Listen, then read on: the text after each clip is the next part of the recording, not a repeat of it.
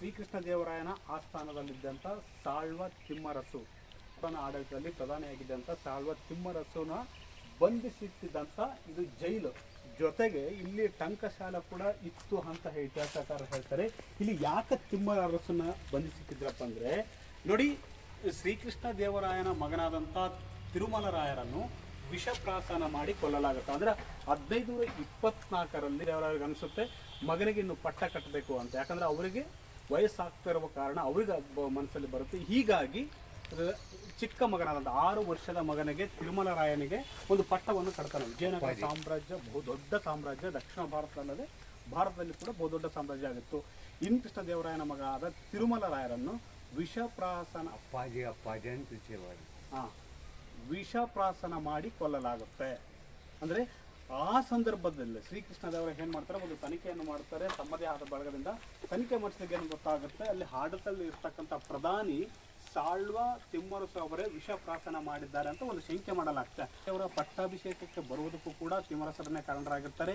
ಆದರೆ ಕಾಲಘಟ್ಟದಲ್ಲಿ ಶ್ರೀಕೃಷ್ಣ ದೇವರಾಯನ ಮಗ ಅವರು ವಿಷಪ್ರಾಸನದಿಂದ ಕೊಲ್ಲಲ್ಪಟ್ಟಿದ್ದರಿಂದ ಅವರ ಮೇಲೆ ಶಂಕೆ ಮತ್ತು ಅನುಮಾನ ವ್ಯಕ್ತಪಡಿಸಿದ್ದರಿಂದ ಬಹುತೇಕ ತಿಮ್ಮರಸು ಅವರ ಕಣ್ಣು ಕೀಳಿಸಿ ಇದೇ ಒಂದು ಜೈಲಿನಲ್ಲಿ ಇಡಲಾಗುತ್ತೆ. ತಿಮ್ಮರಸು ಇದ್ದಂಥ ಜೈಲಿನ ಒಳಭಾಗ ಇದು ಹೀಗಿದೆ. ಇದು ಪೆನಗೊಂಡದಲ್ಲಿದೆ. ಅಂದರೆ ಪೆನಗೊಂಡದಲ್ಲಿ ಇರ್ತಕ್ಕಂಥ ಇದು ಜೈಲು ಹಂಪಿಯ 2ನೇ ರಾಜಧಾನಿಯಾಗಿತ್ತು. ಬಹುತೇಕ ಇಲ್ಲೇ ಅವರು ಮರಣವನ್ನು ಹಾಕ್ತಾರೆ. ಅಂದರೆ ಕೆಲ ದಿನಗಳ ನಂತರ ಶ್ರೀಕೃಷ್ಣ ದೇವರಿಗೆ ಮನವರಿಕೆ ಆಗುತ್ತೆ, ಇದು ತಿಮ್ಮರಸು ತಿರುಮಲರಾಯನಿಗೆ ವಿಷ ಬಿಕ್ಕಿದ್ದಲ್ಲ, ಬದಲಿಗೆ ಕಳಿಂಗದ ದೊರೆಯಾಗಿರ್ತಕ್ಕಂಥ ಕಳಿಂಗದ ದೊರೆಗಳು ಕುತಂತ್ರದಿಂದ ಒಂದು ವಿಷಪ್ರಾಸನ ಮಾಡಿರ್ತಾರೆ. ಬಳಿಕ ಗೊತ್ತಾಗ ಒಂದು ಪಶ್ಚಾತ್ತಾಪವನ್ನು ಪಡ್ತಾರೆ, ಬಳಿಕ ಬಿಡುಗಡೆ ಮಾಡ್ತಾರೆ. ಆದರೆ ತಿಮ್ಮರಸು ಅವರು ಯಾವುದೇ ಕಾರಣಕ್ಕೂ ಮತ್ತೆ ಹಂಪಿಗೆ ಹೋಗುವುದಿಲ್ಲ, ಇಲ್ಲೇ ಇದ್ಬಿಟ್ಟು ಒಂದು ಮರಣವನ್ನು ಅಪ್ತಾರೆ ಅಂತ ಇತಿಹಾಸ ಹೇಳುತ್ತೆ. ಬಹುತೇಕ ಇನ್ನು ಬೇರೆ ಬೇರೆ ಇತಿಹಾಸಕಾರರು ಕೂಡ ಬೇರೆ ಬೇರೆ ಥರದ ಒಂದು ಅಭಿಪ್ರಾಯವನ್ನು ಪಡ್ತಾರೆ. ತಿಮ್ಮರಸು ಶ್ರೀಕೃಷ್ಣ ದೇವರಾಯ ಒಂದು ವಿಜಯನಗರದ ಸಾಮ್ರಾಜ್ಯ ಆಗೋದಕ್ಕೆ ಕೂಡ ಪರೋಕ್ಷವಾಗಿ ಕಾರಣರಾಗಿದ್ದ. ಆದರೆ ಕಾಲಘಟ್ಟದಲ್ಲಿ ಆದಂಥ ಬದಲಾವಣೆಗಳು ಮತ್ತು ತಮ್ಮ ಮಗ ಇರತಕ್ಕಂಥ ಒಬ್ಬನೇ ಮಗ ಅಲ್ಪ ಮೃತ್ಯುವಿಗೆ ಒಳಪಟ್ಟಿದ್ದರಿಂದ ಶ್ರೀಕೃಷ್ಣ ದೇವರಾಯಗೆ ಆ ಕ್ಷಣದಲ್ಲಿ ಇದ್ದಂಥ ಒಂದು ಶಂಕೆಯ ಆಧಾರದ ಮೇಲೆ ತಮ್ಮದೇ ಆದ ಪ್ರಧಾನಿಯ ಮೇಲೆ ಒಂದು ಕಠೋರವಾದ ಶಿಕ್ಷೆಯನ್ನು ಕೊಡ್ತಾರೆ. ಬಳಿದ ಗಜಪತಿ ಮೇಲೆ ಶ್ರೀಕೃಷ್ಣದೇವರ ಒಂದು ಗೆಲುವನ್ನು ಸಾಧಿಸಿರ್ತಾನೆ. ಆ ಗೆಲುವಿನಿಂದ ಅದನ್ನು ಅರಗಿಸಿಕೊಳ್ಳೋಕ್ಕಾಗುವುದಿಲ್ಲ.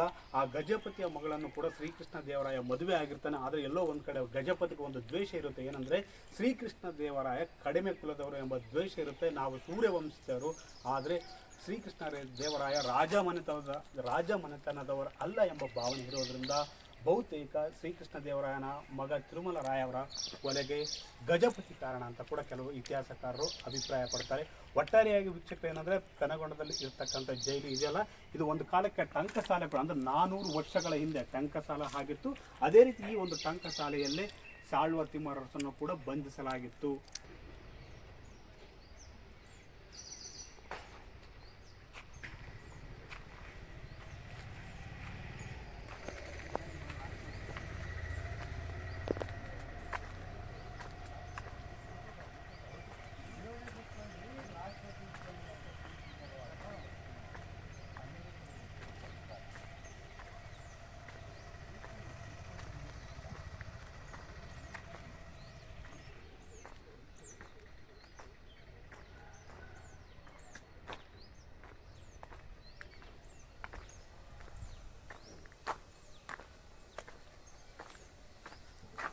ఇది జైలా?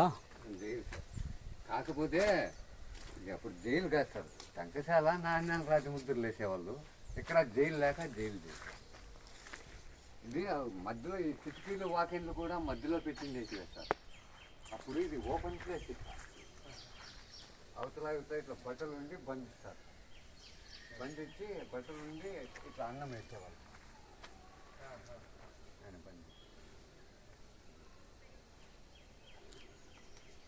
లోపల పోయి డబ్బులు చెప్తా అంటే కిటికీలు